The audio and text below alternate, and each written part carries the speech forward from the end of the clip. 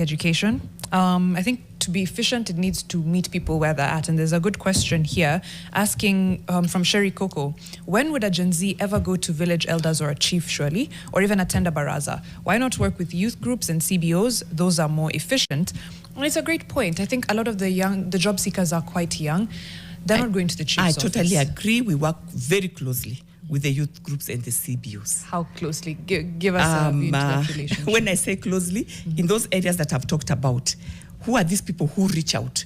Who are part of these people who have already been trained? They are the youth groups. They are the CBOs. Those are the people who have already... Where do we pick them? The people who can actually go and train. We cannot just pick anybody. We have to start from people who are known and are easily, should I say, accessible to those people. And they know. So when we go to each area, we work with what is good for us in that area. Automatically, the youth groups, the CBOs. There are certain areas we even work with the women group. And what we normally say, we've come to realize that it's also very important for us to educate also the parents. That these are the kind of jobs that you can allow your children to go to. We do not just work alone with the job seekers. And working with the parents has also helped, because we are able to, for them, they are able to see the seriousness of these red flags more than the young people. The young people. So that's why we have made it like a community approach when it comes to awareness creation. And other than that, other than the awareness that we do, I've also mentioned, we talk to vernacular stations where we have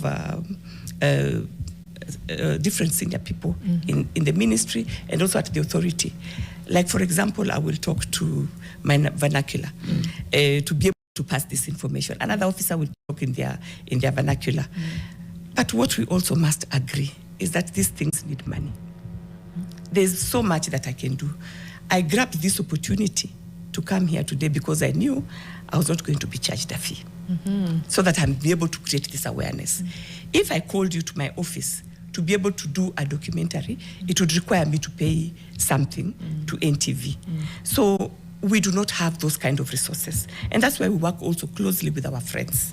When I talk of our friends, and they have a limitation, because they also have what their agenda is. So we need government to, if we can get more resources. I know the resources in government are thin and widespread for various activities. But for me, employment being one of the main pillars in the Kenya Kwanza government, we have requested for more funding, so that if I had enough funds and I'm not doing what is expected of me, then I should be able to account for my time. How much is your current budget for this year?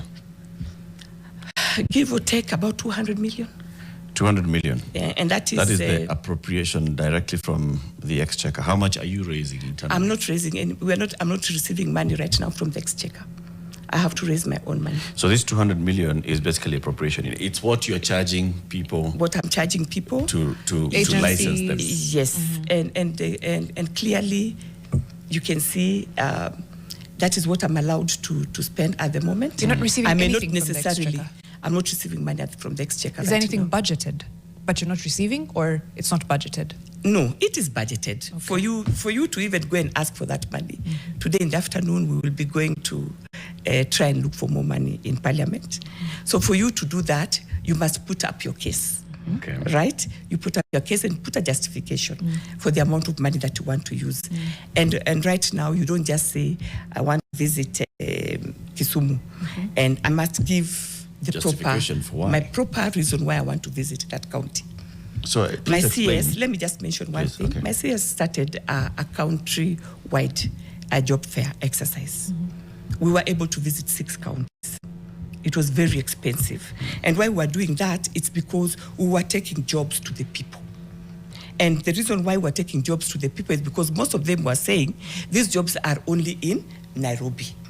So when we went to those counties, we are able to talk to them. Even as the agents, we move with the agents.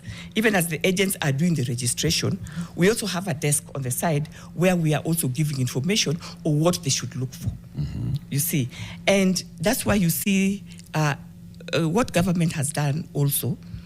For example, when the CS, even when His Excellency is going to a country where we have already seen there's a potential for jobs, recruitment agencies will pay for themselves because they'll be able to get a platform to sit with the agents in those other countries. So government has given them that kind of platform. But we could still do more, I agree, to fix this issue of unemployment. I also just want to mention before you, we also register people for jobs within Kenya. It's not only that we are interested, it's just that we saw that gap. We have Kenyans educated who have the skills for those countries outside there. But within Kenya also, we register job seekers whom we are able to place within the country There was for actually the a limited question jobs that are there. to that effect about the local jobs.